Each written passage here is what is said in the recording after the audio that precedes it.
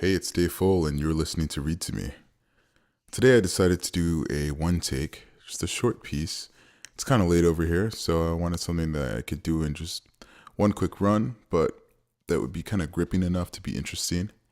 Might not put you to sleep, though. I really like the story personally. It's The Removal by Lauren Schenkman. It won the 17th annual short story competition, 2017. For Writer's Digest. I think y'all will enjoy it, so we're just going to get right into it. Everything non-essential would be removed, the doctor had said.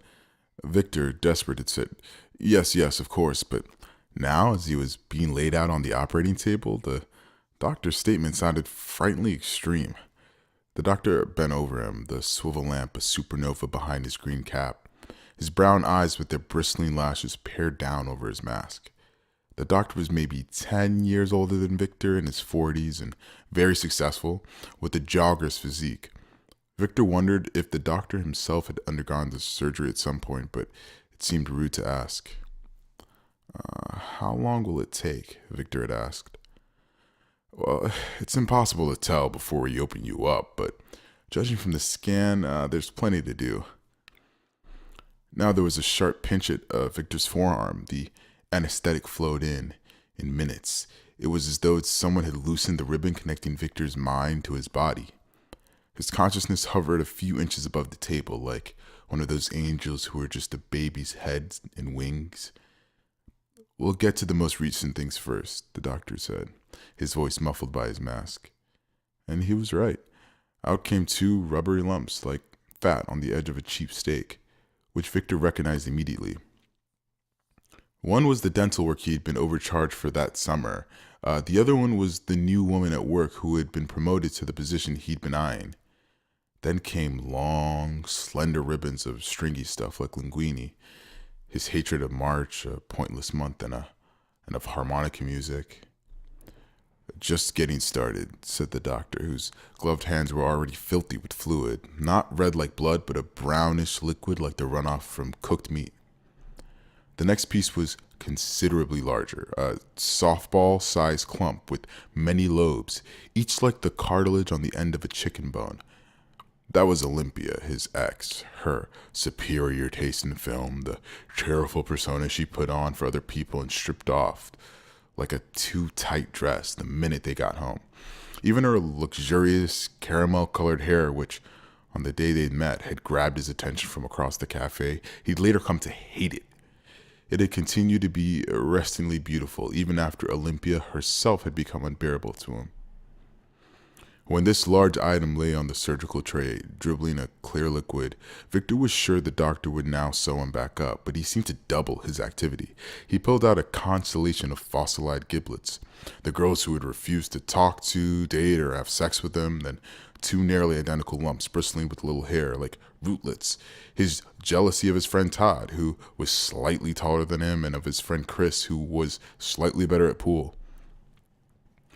There were a number of lumps that resembled wads of overchewed gum, resentments against the tax code, at nice jeans for being exorbitantly expensive and consistently unflattering, and at the infuriatingly familiar tone with which homeless people asked him for change.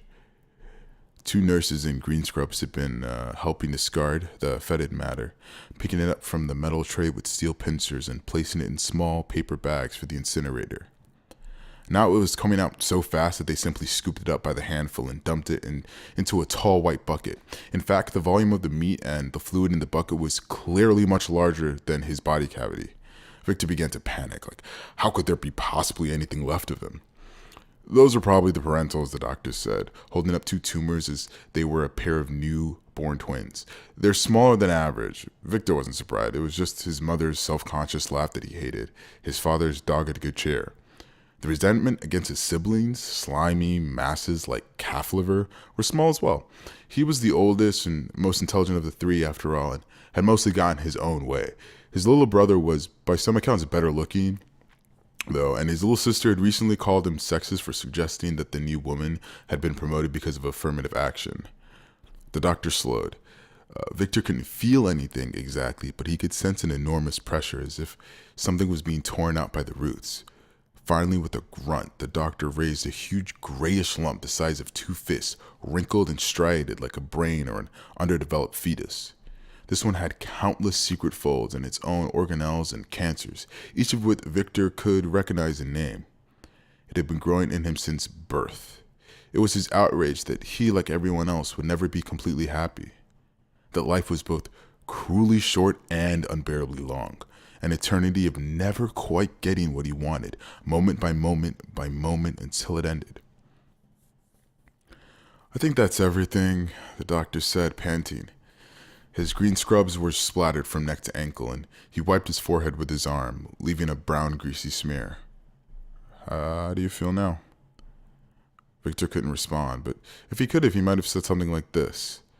There was a wind blowing from somewhere, a warm wind fragrant of gorse and maybe rosemary, and this wind was blowing through a large and ancient shell.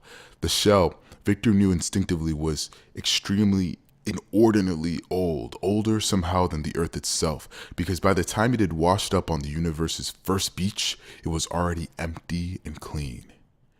Though Victor hadn't spoken, the doctor smiled as if he had. "I knew it," he said. "I knew it. It's the same with all of them." And the wind continued to blow.